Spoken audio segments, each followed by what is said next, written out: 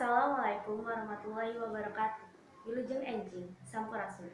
Panggil deui sareng abdi Reza Farah Nuraziza dina Sunda News. Dalam sabaraha menit abdi bade nuturkeun kalawan warta-warta anu penting. Warta anu baris kapindangkeun nyaeta lapang jadi lahan parkir. Lapangan di SMA Negeri Hiji Ciawi barubah kaayaan jadi lahan parkir lantaran kirana lahan parkir di SMA Negeri Hiji Ciawi.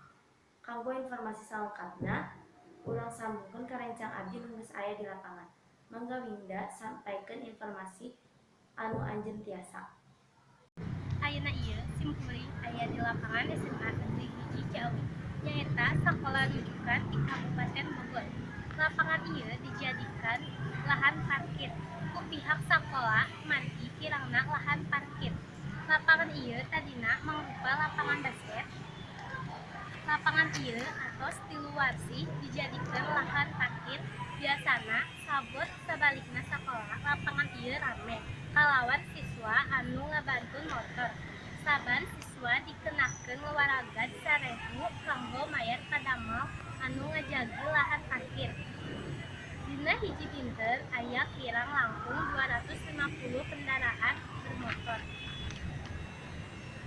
anu markirkeun tumpakanana di dieu.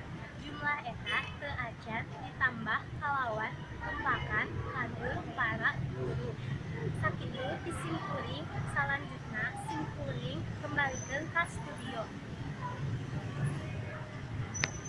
Nuhun Winda informasina. Kitu informasi anu tiasa urang sampaikeun. Hatur nuhun sarta dugi pendam. Wassalamualaikum warahmatullahi wabarakatuh.